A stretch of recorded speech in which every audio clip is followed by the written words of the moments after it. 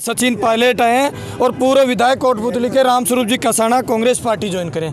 कसाना जी, लगातार कयास लगाए जा रहे थे, जनता कयास लगाई जा रही थी कौन सी पार्टी में जाएंगे, कौन सी पार्टी में जाए, क्या कारण रहा कांग्रेस पार्टी ज्वाइन कर ली?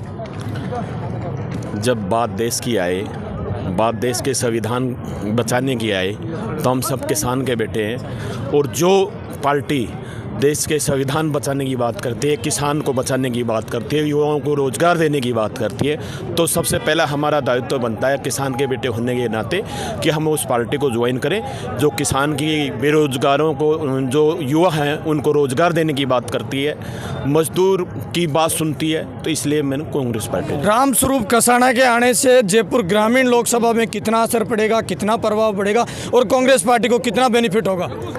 ये तो आपको कोटपुतली की जनता बताएगी, और ख़ास तौर से जयपुर की जनता कि कितना असर पड़ेगा। हम ये कह सकते हैं कि कांग्रेस पार्टी में आए हैं, हम अंतिम व्यक्ति जो पंक्ति में बैठा होता है उस रूप में पार्टी के लिए काम करेंगे, मजबूती प्रदान करेंगे, अपील करेंगे लोगों से। और जहाँ तक है, लोगों को ये विश्वास दिलाएंगे कि अनिल चोपड़ा अगर अपने जयपुर ग्रामीण से जीत कर जाता है तो देश के संसद के अंदर खास तौर से किसान की बात उठाएगा, बेरोजगारों के लिए रोजगार दिलाने की बात करेगा, जो मजदूर और जिस प्रकार से जो देश में अराजकता का माहौल फैला हुआ है उन सब के लिए लड़ने के लिए मजबूती प्रदान करेगा। रामस्वरूप भाई, आगामी अब 5 साल बचे हैं आपके पास, 5 साल में कोटपुतली की जनता के लिए कैसे लड़ाई लड़ेंगे और क्या काम करेंगे कांग्रेस पार्टी के लिए? मैंने आज तक कुछ किया या नहीं किया, लेकिन इतना ज़रूर है कि कोटपुतली में जहाँ भी, कभी भी, कहीं भी कोई भी समस्या होती है तो प्रत्येक व्यक्ति जब भी मुझे आवाज़ लगाता है, चाहे वो रात हो, चाहे दिन हो,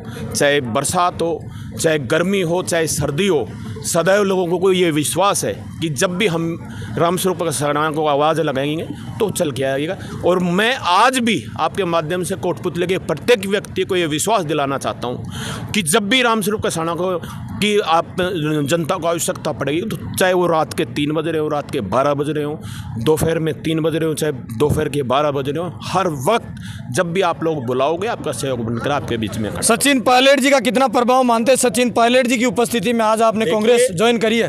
मैं तो इतना कहना चाहता हूँ, सचिन पायलट जयपुर ग्रामीण में नहीं, पूरे हिंदुस्तान में उनका प्रभाव है।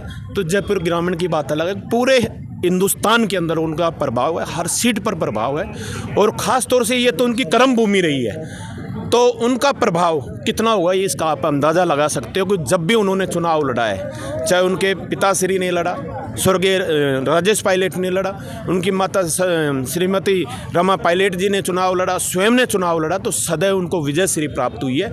और ये तो उनका घर है, तो इसमें कितना प्रभाव होगा ये आप लोग सोचें। रामस्वरूप भाई, केवल 4 दिन बचे हैं चुनाव जिताने के लिए। अनिल चोपड़ा को कहाँ तक जाएगा रामस्वरूप कसाना? प्रत्येक घर तक, जहां हमारे अंतिम छोर तक, जहां अब तक जो आवाज़ नहीं पहुंची है, रामस्वरूप कसाना एक कार्यकर्ता बनकर वहां तक आवाज़ पहुंचाएगा। और वहां तक मजबूती के साथ जो वोटर हैं उनको लेकर और बूथ तक डलाने का काम करेगा। कितने वोटों से कितने वोटों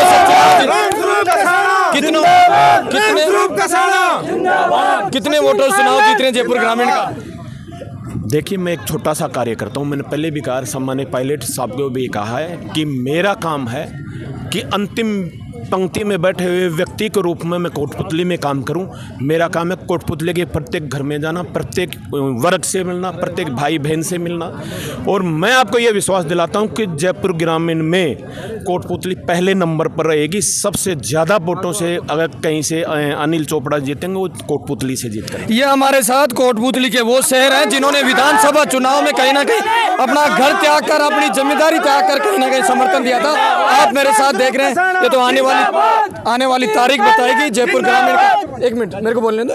ये तो आने वाली तारीख बताएगी जयपुर ग्रामीण का क्या परिणाम रहता है, लेकिन कह रहे हैं कि कोटपुतली में मजबूत तरीके से कांग्रेस रहेगी। आप मेरे साथ देख रहे हैं तेज मीडिया ग्रुप और मैं हूं तेजपाल। जय हिंद, जय भारत।